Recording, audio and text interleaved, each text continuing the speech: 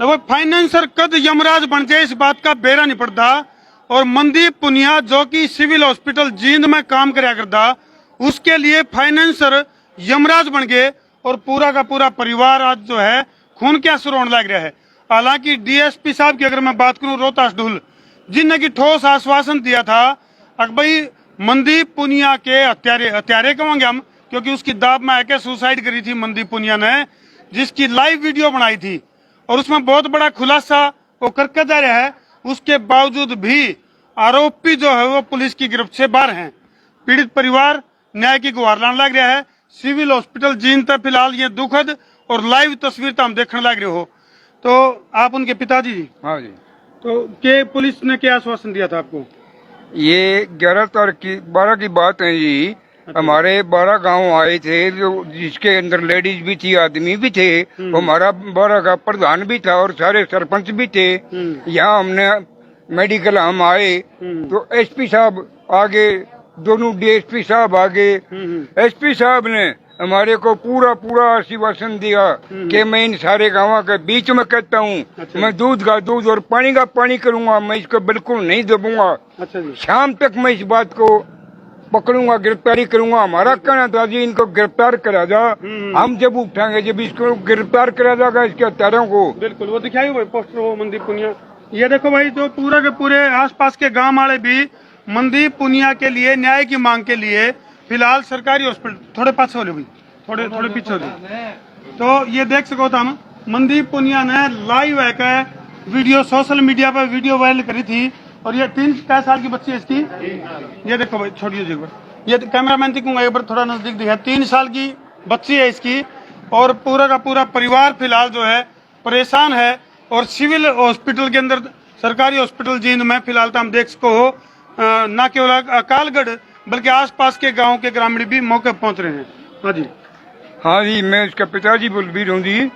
हमने 12 तारीख को इतना बड़ा वो कराया था और एसपी साहब का आश्वासन देने के ऊपर हम अपने घर चले गए। शाम तक का आश्वासन दिया। आज उसको 5 दिन हो चुके हैं, किसी की गिरफ्तारी नहीं हुई है। हमारा परिवार और हमारे गांव बड़े परेशान हैं। अगर इसमें कल कोई और कुछ हो जाता है, अगर ये गांव में ये कुछ करते हैं तो ये दोषी नहीं होंगे। इसकी दोषी जो है पुलिस होगी, जो है तक गिरफ्तारी नहीं कर रही और ना हमारी कोई सुनाई कर रही। हम इसके लिए अपना अगला रास्ता सोचने के लिए तैयार हैं। चलो फिलहाल जो है, जो डीएसपी हैं जो इस मामले में संभालने लग रहे हैं, रोहतास ढुल, उनको हम लाइन पे लेवांगे और पूछांगे भाई इस मामले में कित तक पहुंचे हैं, क्या गिरफ्तारी हुई है, थोड़ी जब तक पूरी जानकारी। क्या नाम भाई अपना? मेरा नाम सोहन जी। अभी मेरा नाम सोहन है। सोहन भाई, मामला आखिर क्या है ये पूरा, किस तरह से जो मनदीप है वो उन फाइनेंसर के चंगुल में फंसा है, थोड़ा पूरा मामला बताओ। ये मनदीप था जी, हमारा नर्सिंग ऑफिस नर्सिंग में था यहाँ जींद हॉस्पिटल सिविल में, इसमें ड्यूटी, सरकारी हॉस्पिटल में सरकारी जॉब पे था। सरकारी जॉब पे था। यो जी बुरी संगत में पड़ गया। तो थोड़ा बुरी संगत में पड़ने में उन आदमियों ने इसको ऐसे प्रेशराइज कर लिया कि मरने पर मजबूर हो गया। यो इसका पहला कुछ इसने अपनी कहानी बताई भी थी, उसमें घर के सहयोग कर अपनी जमीन भी बेची, उनको फिर भी फारिग कर उनको पैसे दिए। लेकिन अब भी दोबारा ये जब हॉस्पिटल में ड्यूटी करना आता तो उनके साथ गाड़ी लगा देते, उसको धमकी देते, तेरे को जान से मारेंगे, तेरी स्टाफ में बेइज्जती करेंगे, तेरे को उधर हॉस्पिटल के में ही पिटेंगे। उनसे मजबूर हो गए जी उसने शायद यो एक कदम उठा लिया कि तेरा तो जीना ही ठीक नहीं, अपनी प्राणी त्याग दिए। 11 तारीख की ये दुखद घटना। हाँ, 11 तारीख की घटना है जी।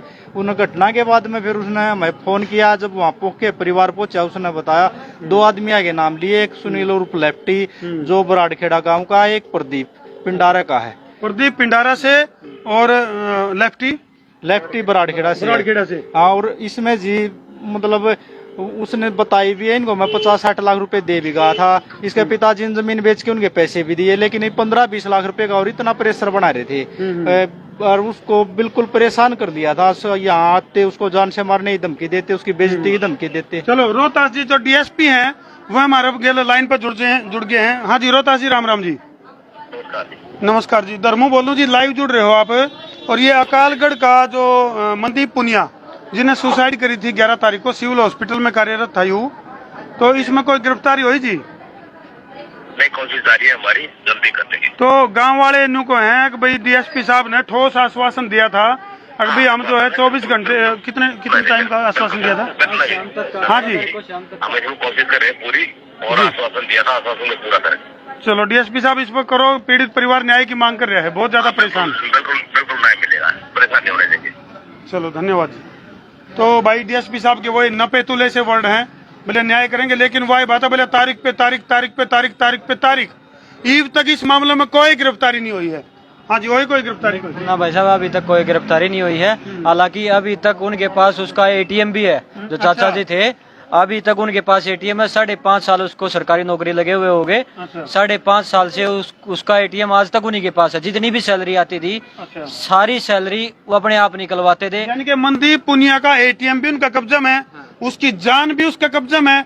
यानी कि ये जो फाइनेंसर थे, ये मनदीप पुनिया के लिए यमराज साबित हुए और पूरा इसको निचोड़ा है। पहले इसको निचोड़ा है, जो कुछ भी इसका हमने जमीन बिक्री करके भी पैसे दिए जी उनको। अच्छा, तभी भी उन पीछा नहीं छोड़ा जी उन्होंने। अच्छा, इसके पल्ले जो जमीन थी वो जमीन भी बिकवा दी। जमीन बिक्री करवा दी जी। बाकायदा बनी हुई, अच्छा जी। वो रजिस्ट्री जमीन की बनी हुई, और इसको गोली की धमकी दी गई। इसने ये बात, ये काम करने के बाद हमारा परिवार आगे बताई, पहले ये बात नहीं खोली कि मैं इतना परेशान कर रखा हूँ। यो पैसे मांगे गया, झूठ बोल के पैसे मांगे गया, कका मैंने प्लाट ले लिया, कका मैंने फलानी चीज ले ली 10 लाख जैसे, वो जाएंगे सारे उनके खाते में। हमारा जो है सब कुछ बिकवा दिया इनने। अच्छा, कितने साल से मनदीप पुनिया जो है इनका चंगुल में फंस रहा था? ये 3-4 साल से इसके गैर लग रहे हैं। यानी कि 3-4 साल से मनदीप पुनिया इन यमराजों के लिए कमांदा रहा, इन फाइनेंसर खातर कमांदा रहा। इनने इसको अपने चंगुल में ले रखा था और सारी की सारी कमाई इनका धड़ में उतरा कर दी। चाहे वो तनख्वाह की बात करा, या फिर गूगल पे तो दाएं बाएं तक कोई पैसा आ करता, या फिर घर का। अच्छा, अपनी तो इनकी सैलरी पे, जो गवर्नमेंट सैलरी है, उस पर 14 लाख रुपए लोन भी ले रखा है। अच्छा। वो 14 के 14 लाख रुपए भी अगले ही गए हैं। बोल भाई, जो लोन लिया था सारा उनके धड़ में तैर दिया। लोन भी उनका दौरा गया, 1.5-2 किले बिके हुए भी उन्हें दौरे गए। आज थी जितनी तनख्वाही 5 साल लागन हो गए जी, हमने नहीं करा 5 रुपया प्रसादी बांट लिया है। 5.5 साल जितने लागन हो गए, सारी तनख्वाह अगले ले गए हैं। अच्छा, अच्छा, इसकी क्या नाम है, उम्र कितनी थी मनदीप की? उम्र थी जी 32 साल। 32 साल। हाँ, और एक 3 साल की बच्ची है सिर्फ। 3 साल की बच्ची है, वो बच्ची का भी दिल में छेद है। दिखाइए भाई, वो तस्वीर दोबारा दिखाइए एक बार। तमंदाजा लैस को भाई, 3 साल की एक मासूम सी बच्ची जिसके सिर पे है, उसके बाप का साया उठ गया, तो तमंदाजा लाओ, दिल में छेद तो था ही था, और इसके गले गले भी इसका भविष्य में भी छेद हो गया भाई। इसका जो ब्राइट फ्यूचर था, एक पिता जो अपनी बेटी खातर क्या नहीं करता, किस तरह के सपने नहीं समझता, लेकिन ये जो फाइनेंसर जो इस परिवार के लिए यमराज बन गए, इनने सब कुछ लूट लिया। इस मनदीप पुनिया जो कि लाइव है, इसने खुलासा भी कराया। दिखाइए भाई, कैमरामैन वरुण रेड्डी को एक बार दिखा दे जूम करके। मनदीप पुनिया ने लाइव है सारी अपनी जो आप बीती है वो सारी पब्लिक को बताई। पुलिस प्रशासन के पास ठोस सबूत हैं, सारी चीजें बता दी, उसके बावजूद भी जो आरोपी हैं वो सरेआम घूम रहे हैं, उनके कोई गिरफ्तारी का कोई मामला नहीं। हालांकि सोशल मीडिया पे डीएसपी रोहतास डुल के वो ठोस बयान है, नू कहा था अगर भाई मैंने अपनी माँ का दूध नहीं चूंगा अगर मैंने उनको गिरफ्तार नहीं किया। यही बात है भाई? ये बात थी जी, बिल्कुल। वो अपने मुंह से वो बयान देकर जा रहा है, यह घटना होने के बाद उसने बयान दिया मेरे इनको परेशान कर रखा था। उनके खिलाफ इतने सबूत है, उनके खाते में 8-8, 10-10 लाख की ट्रांजैक्शन 2-3 महीने के अंदर। फिर भी पता नहीं कानून क्या चाह रहा है, पुलिस महकमा क्या चाह रहा है, कि क्या प्रूफ ले आके देवांगे उनको, और इससे फालतू तो वो दोषी क्या हो सकते हैं, अपने मुंह से नाम लेकेगा परेशान करे। उनके खाते में इतनी ट्रांजैक्शन, उनके खातों से पैसे आ नहीं रहे, इसके खाते से 14-15 लाख रुपए 2 महीने में जा भी रहे। अच्छा, क्या नाम बताया आपने? मेरा सोन भाई। इतना फाइनेंसर की अगर मैं जरूरत की बात करूं, मनदीप पुनिया ने इतना फाइनेंस पे उठाने की जरूरत क्या पड़ी, इसी के नौबत आई? थोड़ा दर्शक जानना चाहोगे भी मामला पूरा आखिर क्या था? यो जी थोड़ा गलत लाइन में फंस गया। इनका ये पूरा गिरोह है एक, ये उसको ऐसे जंजाल में फंसा लेते हैं जैसे 5 लाख रुपए देने हो। हाँ। और एक दिन में मानस पे नहीं पहुंचा, तेरे को 2 दिन बाद तो 6 देने पड़ेंगे। इस करके प्रेशराइज इतना कर दिया। सरकारी कर्मचारी था, उसको अपनी इज्जत प्यारी थी। यानी कि कर्जा डबल करने की धमकी, सीधी सी बात है भाई। उसको इस तरह के थ्रेट दिए गए, अगर भाई आज देगा तो 5 लाख में सज जाएगी, कल न देगा तो 6 लाख देने पड़ेंगे, परसों न देगा तो 10 लाख देने पड़ेंगे। कुछ इस तरह का जंजाल बना। बिल्कुल सेम यही है। प्रेशर इतना कर दिया, मजबूरी इतना कर दिया, कहीं को निकलने देना नहीं, बोलने देना नहीं, चलने देना नहीं, हरासमेंट इतना कर दिया कि ये कदम उठा गया। तो भाई जितने भी दर्शक इस टाइम लाइव जुड़ रहे हैं, खास तौर पर युवा पीढ़ी के लिए ये बहुत ही दुखद और सेंसिटिव मैसेज भी है, क्योंकि इस तरह से चंगुल में फंसाओ हैं लोग। ये जो फाइनेंसर हैं, इनके साथ में कुछ इस तरह के प्रमोटर हुए हैं जो नहीं कहेंगे भाई इतना पैसा इस चीज में ला दे, तेरे डबल हो जाएंगे, तेरे ट्रिपल हो जाएंगे, और एक के दिन में तेरा कर्जा उतर जाएगा। तो इस तरह की चंडाल चौकड़ी जो है वो मनदीप पुनिया के चारों तरफ घूमिया कर दी, जिसने मनदीप पुनिया को गिरफ्त में लिया और इस तरह का जाल बुना गया, जिसकी वजह से ये जो दो फाइनेंसर हैं ये इस मनदीप पुनिया और इसके परिवार के लिए यमराज साबित हुए। तो पुलिस प्रशासन तय पीड़ित परिवार की गांव की अपील है कि भाई इस मामला का पूरा दूध का दूध और पानी का पानी कराया जाए, और इसमें जो भी आरोपी हैं, हालांकि फिलहाल जो है पीड़ित परिवार ने केवल 2 नाम लिखवा रखे हैं, लेकिन हमने ऐसा लगा कि भाई जो जाल बुना गया उसमें कुछ और लोगों की भी संभावना उसका है।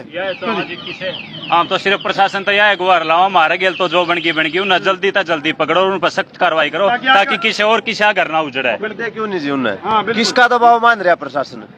हम 12 तारीख ने यहाँ पर थे, हमारा पूरा बार आ रहा था, सारी लेडीज जेंट्स सब कुछ था यहाँ पर, सारा हमारे साथ स्टाफ था, लेकिन उसके बावजूद भी डीएसपी ढूल ने एक बात कह दी, मैंने मेरी मां नहीं चूंगी, जैसे तो पहले पकड़ नहीं लिए। मामनाड़ 3 बजे पोस्टमार्टम करवा के 100 मिला, जैसे जैसे हमने अंतिम संस्कार कराया ढूल उस मारा तो घना ढीला पड़ गया, ढूल ने बिल्कुल फाइलें बंद कर दी। वहाँ किसी ने बात भी को नहीं करी जी। तो भाई ढूल ने यह बात की थी, अक्सर उनके मानस फंसो डांगर फंसो किसी ने ठा लो, लेकिन ठा के लो, लेकिन जी कुछ भी नहीं ठा। हम आज 5वां छठा दिन लग गया। चाहूंगा मैं 11-12 तारीख को जब हमारा बारह यहाँ पर इकट्ठा हुआ था तो एक डिसीजन हुआ था कि भैया हम ये बॉडी जब तक एक्सेप्ट नहीं करेंगे जब तक उनकी गिरफ्तारी नहीं हो जाती।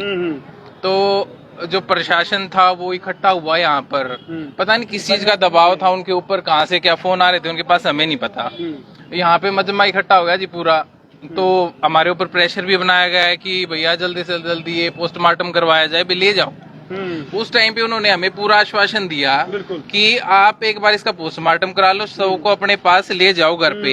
जब तक हमने पोस्टमार्टम नहीं करवाया था, जब तक उनके ऊपर दबाव था थोड़ा बहुत, उन्हें एक बार डेड बॉडी को अंतिम संस्कार के लिए भेजना था ताकि मामला ठंडा पड़ सके। बात लिपापोती शुरू हो गई। बिल्कुल। तो भाई प्रशासन तो हमारी अपील है, ये तो एक यमराज है या 2 यमराज है जिनका बेड़ा पट गया, जो समाज में लगातार ये एक तरह से हत्या हुई है मनदीप पुनिया की। हम इसने सुसाइड नहीं कहेंगे, मनदीप पुनिया की प्री प्लान मर्डर होया। ये पूरी तरह से इसको गिरफ्त में ले गए, पूरी तरह से इसको प्रताड़ित करके, पूरी तरह से इसके आसपास में माहौल बना के और इसको मजबूर किया गया है अभी तो इस तरह के कदम उठा। तो इस तरह के यमराजों की पिछाड़ करके पुलिस प्रशासन ने इनके ऊपर शिकंजा कसना चाहिए ताकि और किसी भाई के लिए ये यमराज साबित न हो सके। तो इन दुखद तस्वीरों पर मैं छोड़कर धरती जान लग रहा हूँ, और इस प्यारी सी बच्ची के लिए, इस 3 साल की बच्ची के लिए, ताकि इसको न्याय मिल सके, क्योंकि ये 3 साल की जो प्यारी सी बच्ची है इसके भी दिल में छेद है और ये न्याय की मांग कर रही है। एक चीज हो रही जी, हाँ जी, इसको जी इतना दबाव दिया गया, अगर ये घर से बाहर निकला ना स्कूटी लेके तो इसके घर गाड़ी लगाई गई है और इसको धमकी दी गई कि गोली मारेंगे। यहाँ पीछा करे खूब ही ने कई बार, अगर तेने आज शाम तक 6 लाख रुपये नहीं भेजे तो तेरा गोली मारेंगे। इसको सब बुरा हाल कराया गया इसका, और मारा तो हो गया। थोड़ा सा हौसला रखो जी, मैं समझ सकूं हूँ आपकी पीड़ा को, मैं समझ सकूं हूँ। थोड़ा हौसला रखो और पुलिस के ऊपर थोड़ा भरोसा रखो। और पुलिस प्रशासन को मैं एक बात जरूर कहूंगा, इस पिता की आंखों में जो आंसू हैं इनको न्याय मिलना चाहिए। इसके जो यारे प्यारे हैं, जो मित्र हैं, ये न्याय की मांग कर रहे हैं।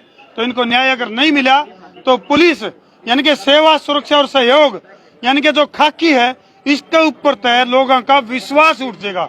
तो कर दो भाई वीडियो ने जिला के शेयर इसलिए कर दो ताकि इस परिवार को न्याय मिल सके, इन गांव वाले ने न्याय मिल सके। कर दो शेयर। मैं उतारा देसी पत्रकार धर्मू।